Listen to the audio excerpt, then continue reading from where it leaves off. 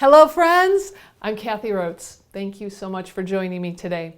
Today is episode 126 and I'm really excited to think differently with you today about the place that we create for everything. I have a very efficient mind.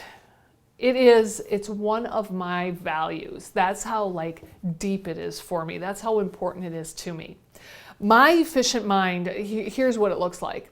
When I leave a room to go into another place of my house, I'm always thinking about what can I take with me?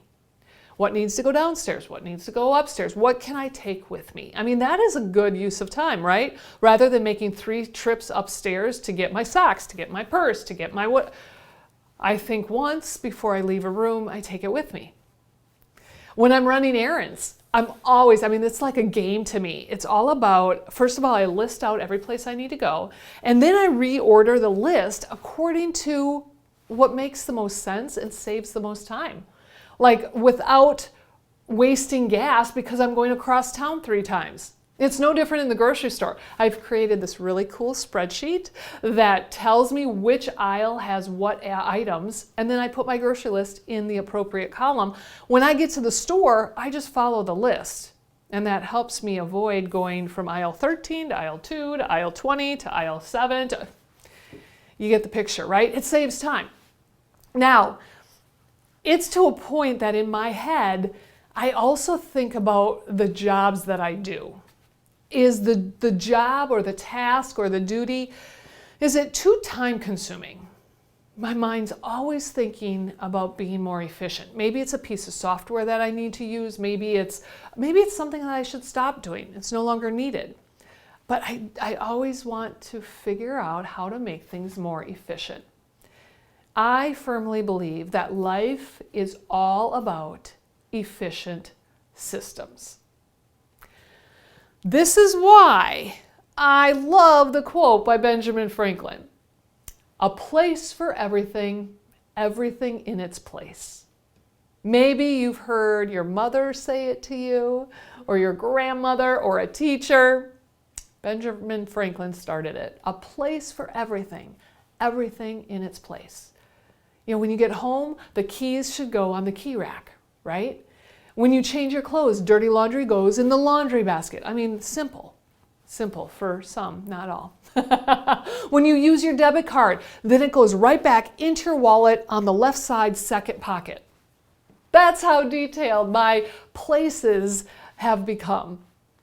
Being organized and staying disciplined to these systems, it saves an insurmountable amount of time and stress. I mean, do we really have time every morning to find our keys? How much time do we spend on those little things because we did not put them back in our place? Instead, imagine getting ready for work, grabbing what you need, grabbing the keys off the key rack before you walk into the garage or before you walk outside. No time, no stress, and no wasted time, right? Oh, that's just I can take a deep breath and feel so good when I'm efficient. Well, this is why when I do lose something, and I do lose things, it drives me crazy. I remember that I lost a jump drive probably, 13 years ago. I lost a jump drive, and back then my life was on the jump drive. We didn't have Google Drive, or there was Dropbox, but I didn't really know about it much.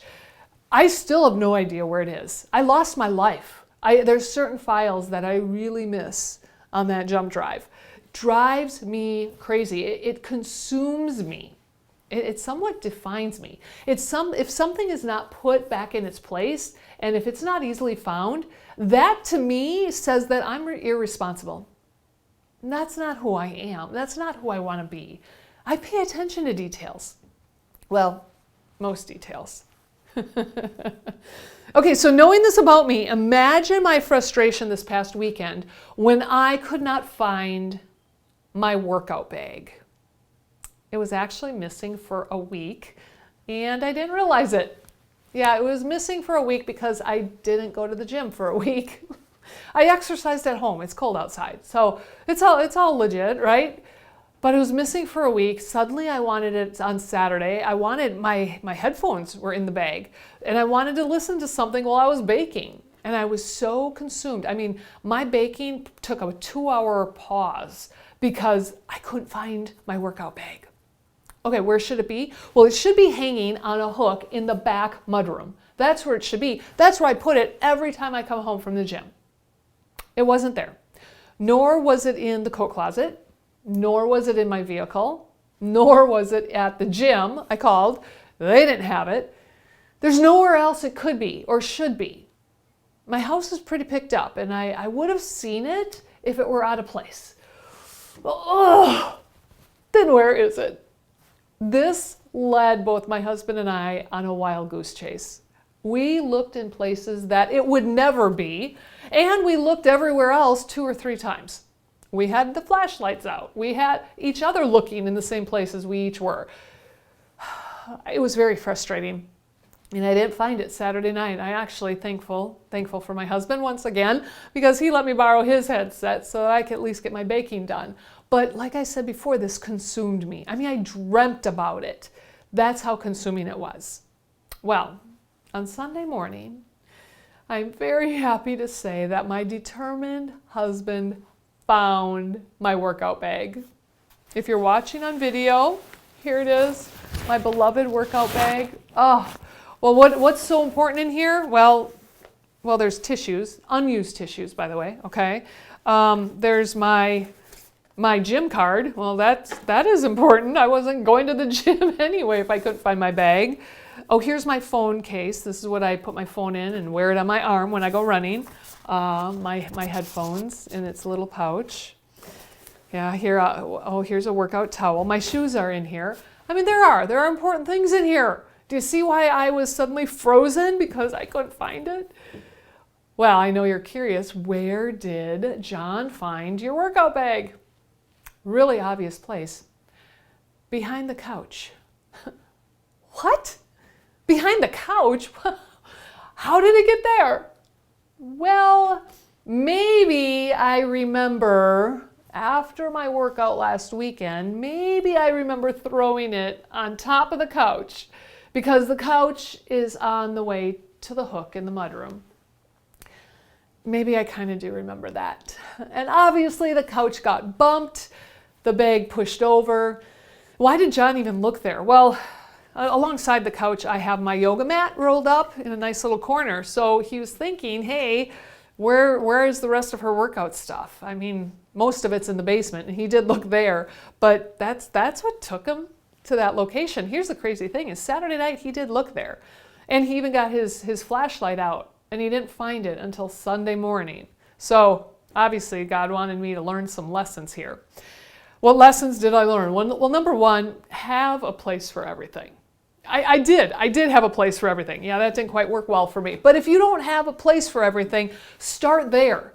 Have a place, a dedicated spot for your keys, your wallet, your glasses, your sunglasses, your cell phone, all those things that we can frantically look for when we leave for work in the morning. Have a place for them. Thank goodness I get to carry a purse every day because that is my place. But if you don't have that, have a dedicated spot. And here's the lesson that really hit home for me. When you are using, or after you're done using these items, put everything in its place right away. Your brain will forget otherwise. So that was my mistake. Instead of walking the extra 10 steps to the mudroom and hanging my workout bag on a hook, I just threw it on the top of the couch, thinking I'll remember I put it there. I'll see it later. We had family over and the dogs were in the way, so that was my justification. Yeah, how'd that work for you, Kathy? Created a little extra stress. So create your place and put everything in its place right away. That is what's going to save you time and stress. I guarantee it. I hope that today's topic has challenged you. I hope it's challenged your thinking and challenged your habits, because I guarantee this one will make you more efficient and fully empowered. Be great today, my friends. I'll see you next time.